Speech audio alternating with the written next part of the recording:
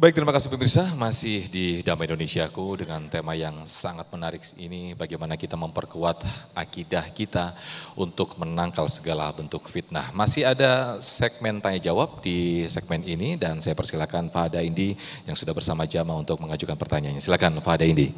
Ya Sofyan, tentunya antusiasme jamaah ini terlihat ya. Masih ada penanya yang ingin bertanya kepada guru-guru kita. Assalamualaikum, ini dengan Mas siapa Mas? Nama saya Pak Danis Haris. Saya ingin bertanya kepada Habib Ali. Apa ciri-ciri manusia yang memiliki akidah yang sangat kuat agar terhindar dari segala macam fitnah? Terima kasih. Oke, baik, terima kasih atas pertanyaannya. Langsung saja kita persilahkan kepada Habib Ali untuk bisa menjawab pertanyaan tersebut. Silahkan Habib. Bismillahirrahmanirrahim. Ibn Atta'illah di dalam kitab Al-Hikam berkata bahwa kejadian yang menimpa kita nggak jauh-jauh dari 4 perkara. Kejadian apapun yang terjadi sama kita nggak jauh-jauh dari 4 perkara. Jika itu suatu nikmat, maka kewajiban kita bersyukuri itu nikmat. Mensyukuri kepada sang pemberi nikmat hakiki wallah. Pemberi nikmat pada sesungguhnya Allah. Jika melalui perantara manusia, kita juga bersyukur karena melalui perantara dia kita mendapatkan nikmat tersebut. Sedangkan yang kedua, jikalau kita mendapatkan kesulitan, kita mendapatkan ujian, mendapatkan musibah, kita bersabar bahwa kita tahu pada hakikatnya. Kenapa Nabi sampai dilempari kotoran? Apa Allah enggak berkemampuan untuk melindungi Nabi Muhammad, Nabi kekasihnya, Nabi yang dicintainya, sehingga harus terlempari kotoran, sehingga mendapatkan tadi sampai hijrah dari kota Makkah yang dicintainya menuju Madinah. Mampu Allah melindungi, tapi Allah ingin menguji hambanya jika Allah cinta kepada hamba. Jadi yang kedua, jikalau tertimpa kesulitan dia bersabar. Dan yang ketiga, jikalau Allah anugerahkan kepada dia untuk berbuat taat, dia betul-betul mensyukuri bahwa inilah dari Allah, bukan kemampuan dirinya melaksanakan ketaatan.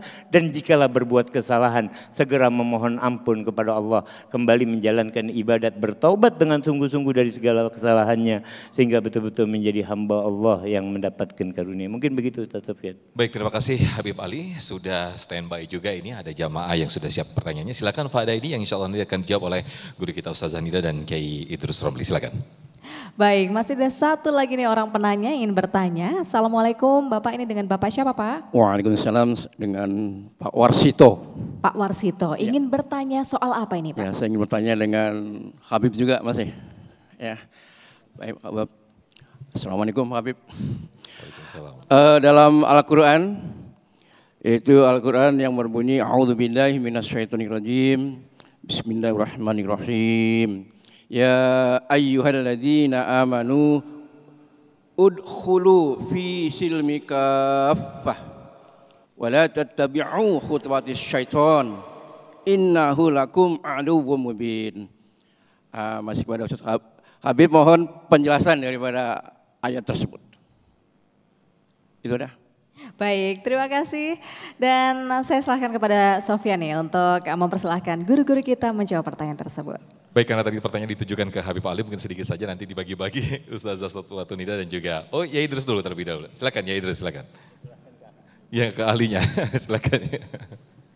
Terima kasih ya.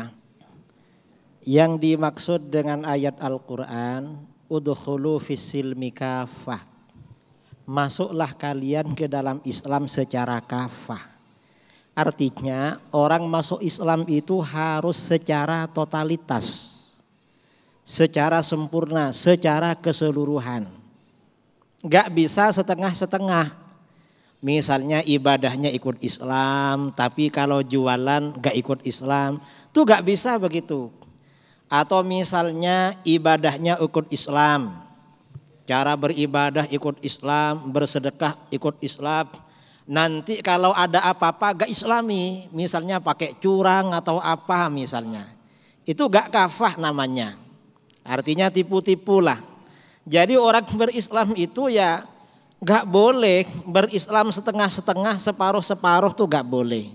Harus berislam secara kafah, secara totalitas. Makanya agar keislaman kita ini terjaga, jadi Islam kita ini benar-benar secara totalitas, di dalam beragama umat Islam itu harus punya guru. memahami Al-Quran dan Sunnah nggak boleh dipahami sendiri, tapi harus belajar kepada guru. Dan gurunya punya guru juga, sampai bersambung dengan sanad yang muttasil kepada baginda Rasulullah Shallallahu Alaihi Wasallam. Nah, dalam rangka menjaga hubungan guru dengan murid ini, maka bagaimana para ulama membangun konsep yang namanya konsep bermadhab di dalam Islam.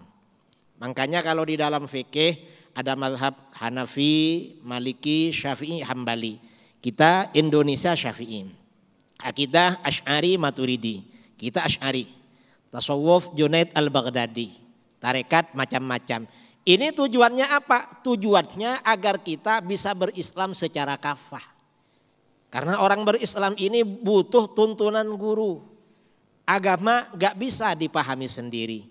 Jadi maksudnya seperti itu. Harus ada guru yang membimbing. Yang membimbing kita secara zahir dan secara batin itu. Kalau secara zahir yang mengajarkan agama. Kalau yang secara batin itu biasanya di dunia tasawuf itu adalah para mursyid. Para mursyid thariqah itu senantiasa memberikan bimbingan-bimbingan secara batin. Dan ini Islam kafah ini yang disebarkan oleh para penyebar Islam di negeri kita di Indonesia dulu. Mereka memang luar biasa menyebarkan Islam secara kafah kepada kita. Cuman sekarang ini karena perkembangan zaman, karena sudah kena benturan fitnah-fitnah tadi, jadi mulai luntur begitu. Islam kafahnya semakin hari semakin luntur.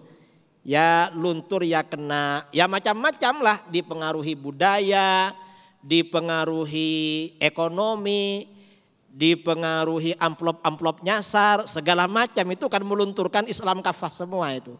Wallahu a'lam. Baik, terima kasih Yai. Terus agar jawaban kita semakin kafah, kajian kita semakin kafah, sebelum Ustazah Nida kami persilakan terlebih dahulu Habib Ali untuk menjawab apa yang ditanyakan tadi. Mungkin bisa dilengkapi lagi Habib Ali. Fadhal Habib.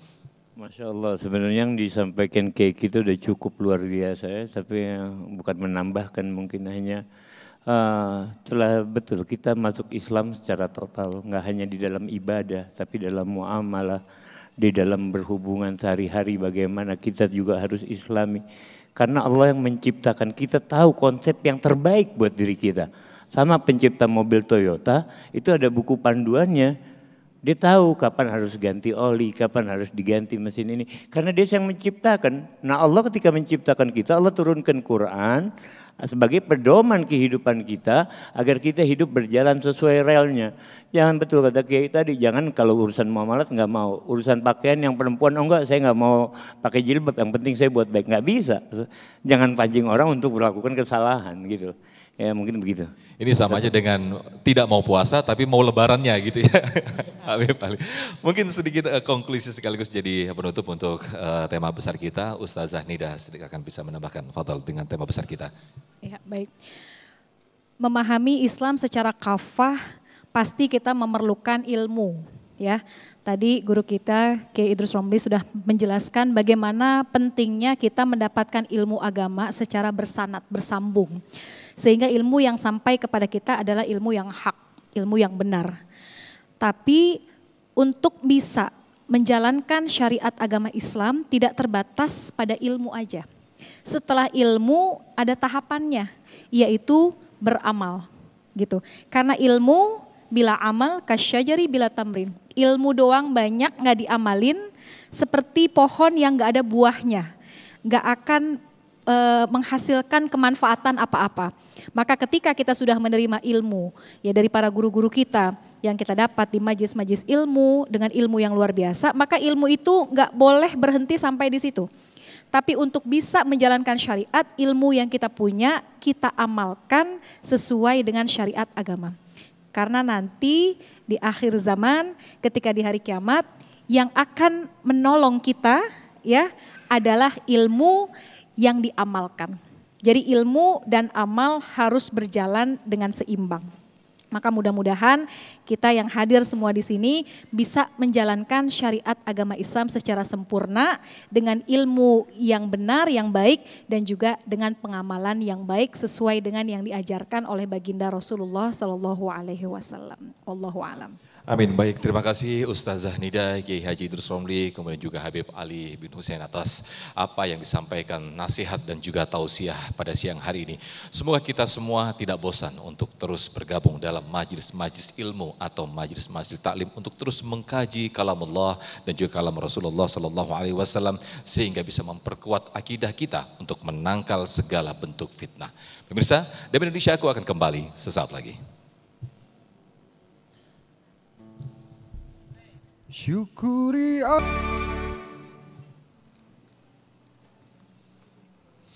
Baik, alhamdulillahirrahmanirrahim. Tidak terasa pemirsa, kita sudah di penghujung acara Damai Indonesiaku. Semoga apa yang disampaikan oleh guru-guru kita menjadikan khasanah keislaman kita semakin meningkat dan terutama akidah kita semakin kuat untuk menangkal berbagai bentuk fitnah.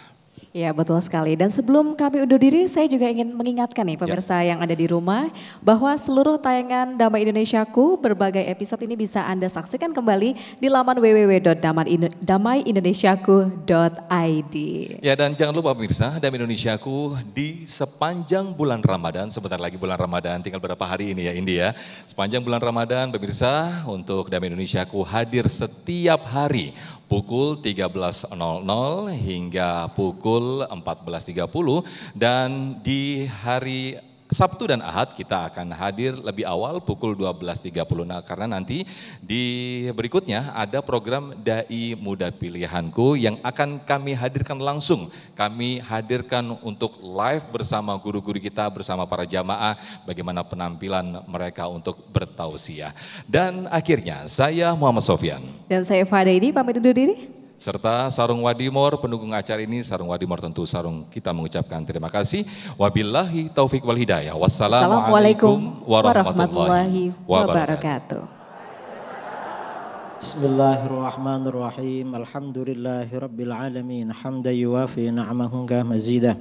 Ya Rabbana lakal hamdu kama yanbaghi li jalali wajhika wa 'azimi sultanik. اللهم صل على سيدنا محمد صلاة تنجينا بها من جميع الأهوال والآفات وتقضي لنا بها جميع الحاجات وتطهرنا بها من جميع السيئات وترفعنا بها عندك أعلى الدرجات وتبلغنا بها أقصى الغايات من جميع الخيرات في الحياة وبعد الممات وعلى آله وصحبه وسلم. اللهم آتنا في الدنيا حسنة وفي الآخرة حسنة وقنا عذاب النار.